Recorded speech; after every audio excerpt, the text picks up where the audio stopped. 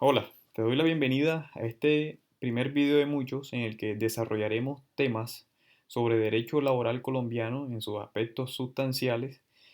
procedimentales y en cuanto a la seguridad social.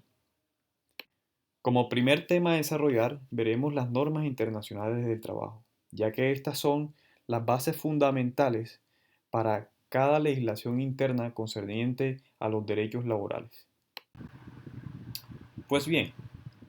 para entender el origen de dichas normas, tenemos que adentrarnos en el contexto social que se vivía en el momento. ¿Y qué pasaría si te dijera que hoy en día tendrías que trabajar bajo condiciones no dignas, con salarios injustos, trabajar más de 14 horas, sin ninguna protección ante cualquier eventualidad? Es decir, enfermedad profesional o común o ante un accidente laboral, y mucho menos no tener derecho a ninguna prestación social.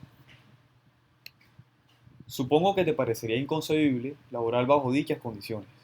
pues esa era la única forma de trabajo conocida por las personas en el siglo XIX, en el que Europa vivía la revolución industrial y las clases sociales como la burguesía y el proletariado salían a flote. Así que fue allí donde nacieron movimientos que alzaron la voz en exigencia de sus derechos, por lo que a partir de 1980 los gobiernos crearon concertaciones para regular la competencia de comercio entre ellos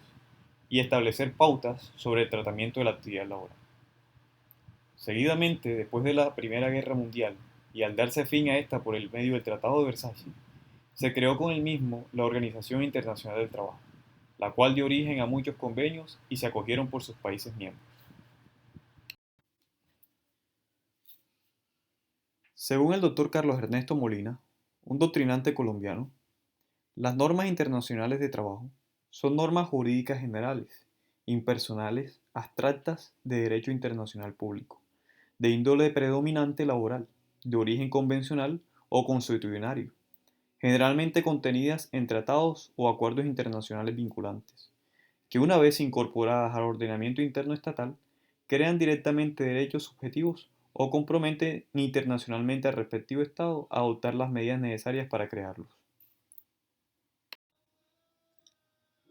Dentro de las normas internacionales conocidas, encontramos la Carta de Naciones Unidas de 1945, en cuanto se refiere a los derechos humanos en general. La Declaración de Finlandia de 1944, que redefinió los objetivos y fines de la OIT. La Declaración Universal de los Derechos Humanos, que consagra el derecho a la libre elección del trabajo, la protección al desempleo, el descanso remunerado, las vacaciones y el derecho de asociación en sus artículos 23 y 24. El Pacto Internacional de Derechos Civiles y Políticos, que en sus artículos 8A y 22 se refieren a la prohibición al trabajo forzoso y al derecho a fundar sindicatos. El Pacto Internacional de Derechos Económicos, Sociales y Culturales, que en sus artículos 6, 8 y 9 retoman los derechos humanos y se refieren a la seguridad social. La Convención sobre Derechos del Niño, en el artículo 32 se reconocen los derechos del menor, a estar protegido contra la explotación económica y contra el desempeño a todo trabajo peligroso y que entorpezca su educación o su salud física o mental, y se obliga allí a los Estados miembros de la ONU a adopten medidas para asegurar lo anterior, tales como fijar una edad mínima para trabajar, adecuados horarios y condiciones de trabajo, y sanciones a los empleadores infractores. La Carta de la OEA, que proclama los derechos fundamentales de las personas y la erradicación de la pobreza. La Declaración Americana de los Derechos y Deberes del Hombre, que en sus artículos 14, 16 y 17 señala que toda persona tiene derecho al trabajo en condiciones dignas, a recibir una remuneración en relación con su capacidad que le asegure un nivel de vida conveniente, que toda persona tiene derecho a la seguridad social y el derecho a asociarse con otros para promover intereses de cualquier orden. El Protocolo de Buenos Aires, que en su artículo 43 señala que el trabajo es un derecho y un deber social. La Convención Americana de Derechos Humanos, también llamada Pacto de San José, se refiere a los derechos humanos de carácter civil y político, y en el artículo 16 se refiere al derecho de asociación. El protocolo adicional a la Convención Americana sobre Derechos Humanos en materia de derechos económicos, sociales y culturales, también llamado Protocolo de San Salvador, el principal instrumento contentivo de las NIC en el sistema interamericano. Contiene 4 artículos dedicados a lo laboral,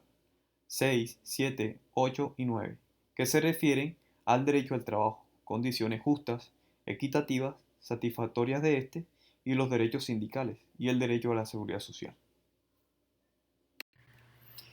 En conclusión, y para terminar con la presentación, debemos establecer que todos aquellos derechos obtenidos por los trabajadores a lo largo de la historia deben gozar de principal protección por parte de los jueces y legisladores. Así lo estableció la Corte Constitucional en sentencia 228 del 2011,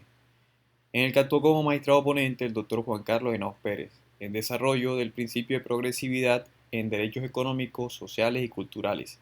y el principio de progresividad en seguridad social. En dicha sentencia se estableció que el mandato de progresividad implica que una vez alcanzado un determinado nivel de protección, la amplia libertad de configuración del legislador en materia de derechos sociales se ve menguada, al menos en un aspecto. Todo retroceso frente al nivel de protección alcanzado debe presumirse en principio inconstitucional y por ello está sometido a un control judicial estricto.